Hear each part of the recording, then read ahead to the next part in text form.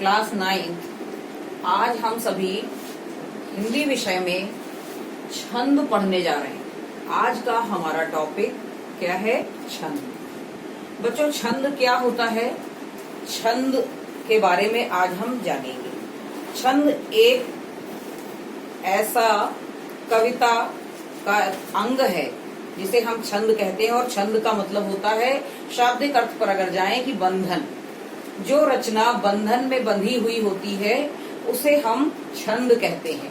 और आपके में चौपाई, दोहा, ये छंद अभी आगे आपको पढ़ने हैं, इसलिए हम छंद के अंगों पर पहले थोड़ा सा प्रकाश डाल लेते हैं। इंग्लिश में जो छंद का शाब्दिक अर्थ होता है उसको मीटर या वर्स कहते हैं, और बंधन में बंधना बच्चों क्या होता है, अब उसको जानते हैं। मात्रिक छंद।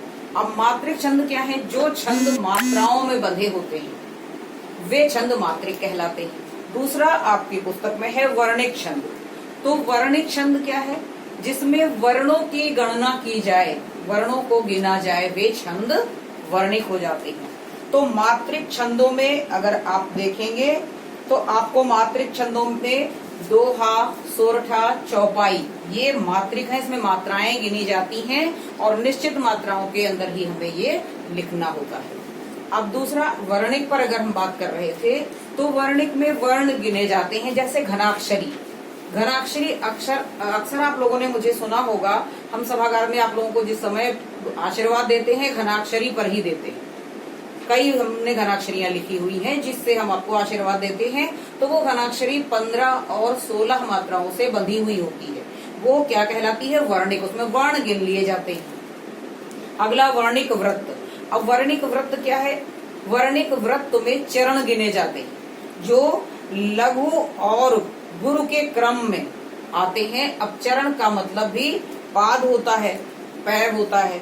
उसके बाद वर्ण बच्चों क्या होते हैं? वे अक्षर जो बिना मात्राओं के होते हैं, लघु होते हैं, जिनमें मात्राएं लग जाती हैं, वे गुरु कहलाते हैं। तो इसको लघु या ह्रस्व भी कह लेते हैं, और दीर्घ को गुरु भी कहा जाता है। उसका अगला मात्रा। मात्रा तो आप सब जानते हैं कि जो एक अक्षर है, स्वरों की मात्राएं बन जाती हैं। जब किसी व्यंजन पर स्वर लग जाता है तो मात्रा कहलाता है। और आज इसके पाद हमने जाने। पाद क्या होता है? जैसे कोई चौपाई हम पढ़ रहे हैं तो उसमें श्री गुरु चरण सरोज रज निज मन मुकुर सुधार, या ये हमने जैसे दोहा पढ़ लिया। अब ये दोहा था श्री गुरु चरण सरोज रज निज मन मुकुर सुधार। तो श्री गुरु चरण सरोज रज जो ये है, ये एक इसका पाद है। और वर्णव रघुवर विमल जस, ये दूसरा पाद हो गया। तो ये हमारे दोहे का पाद था। अब जैसे चौपाई की बात करें तो मंगल भवन अमंगल हारी। तो मंगल भवन, ये जो भवन है ये एक चरण है, और अमंगल हारी दूसरा चरण है। तो आशा करते हैं कि आपको ये चीज समझ में आई होगी। और अगले में हम आपको वर्णिक गणों के बारे में भी बताते हैं कि वर्णिक गण क्या है।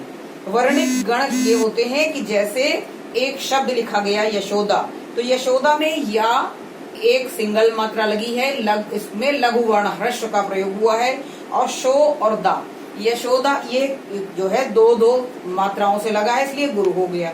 तो इसमें यमाता करके इसको कह लिया जाता है। यमाता क्या हो गया? यमाता का मतलब या लघु और शो और दा, जिसमें दो पीछे के गुरु रहते हैं, ये यमाता हो गया। इसी प्रकार से मातारा। अब इसमें राजाज्ञा, सारे शब्द जिसमें बड़े हो गए, ये क्या कहलाया? मातारा। और ताराज, अब इसमें ताराज जब देखा तो आकाश इसका उदाहरण है। आ बड़ा है, का बड़ा है, और श छोटा है, इसलिए ये ताराज हो गया। उम्मीद है कि आप सबको ये वीडियो समझ में आया होगा। नेक्स्ट वीडियो पर हम अगले समय बात करेंगे।